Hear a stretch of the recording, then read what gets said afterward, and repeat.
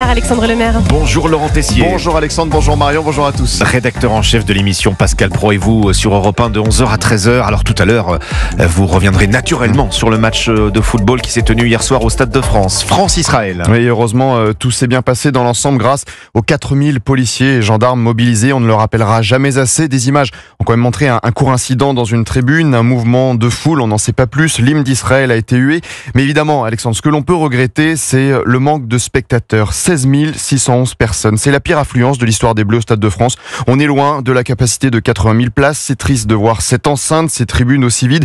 On est loin d'une grande mobilisation comme le voulait le député Sylvain Maillard cette semaine sur CNews et Europe 1. J'invite les Français évidemment à se rendre en masse. Il faut un stade plein.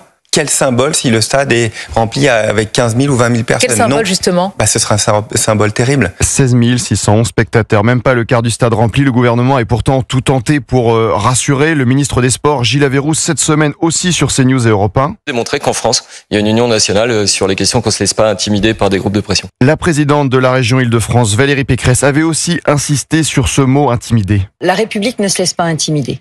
Il s'agit d'une rencontre sportive. Le sport doit être protégé. Et quelques heures avant le match, Emmanuel Macron avait déclaré « La violence ne l'emportera jamais et l'intimidation non plus ». Bah si, l'intimidation a marché sur le public. Parce que veut dire cette affluence historiquement faible? Que les supporters ont eu peur. 16 611 spectateurs. Mercredi matin sur CNews Europe 1, le ministre des Sports était plus optimiste. À cette heure-ci, plus de 25 000 billets ont été vendus. Ouais, donc certains spectateurs n'ont donc pas voulu venir au stade au dernier moment, qui n'ont peut-être pas eu envie de prendre le moindre risque pour leur famille. Et on le comprend, on en est arrivé là, se poser des questions pour un match de football. Pourquoi? Par l'antisémitisme en grande augmentation dans notre pays, par l'agitation de la France insoumise à répéter ce discours cette semaine. Nous demandons à ce que le match qui a lieu jeudi entre la France et Israël soit annulé. La France insoumise qui parlait de risque le trouble très fort et qui a hier soir parlé non pas de l'apport mais d'un boycott du match. Comme Manuel Bompard, je cite, « Immense bravo au peuple français qui a apporté la meilleure réponse possible à ceux qui ferment les yeux sur le génocide en cours à Gaza ».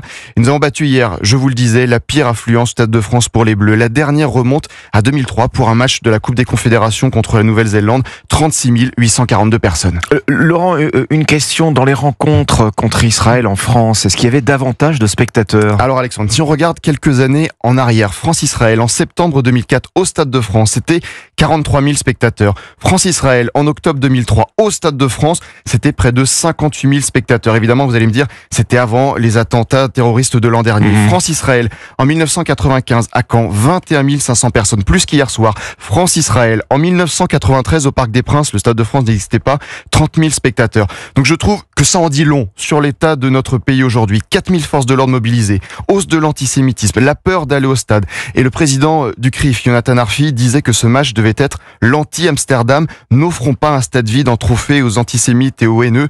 Ce fut le cas. Alors hier soir, à quoi a-t-on assisté? Une peur ou un boycott du match? Les deux sûrement. Vous nous direz ce que vous en pensez tout à l'heure. Et ce sera dans Pascal Pro et vous à partir de 11h sur Europe 1. À tout à l'heure, Laurent Tessier.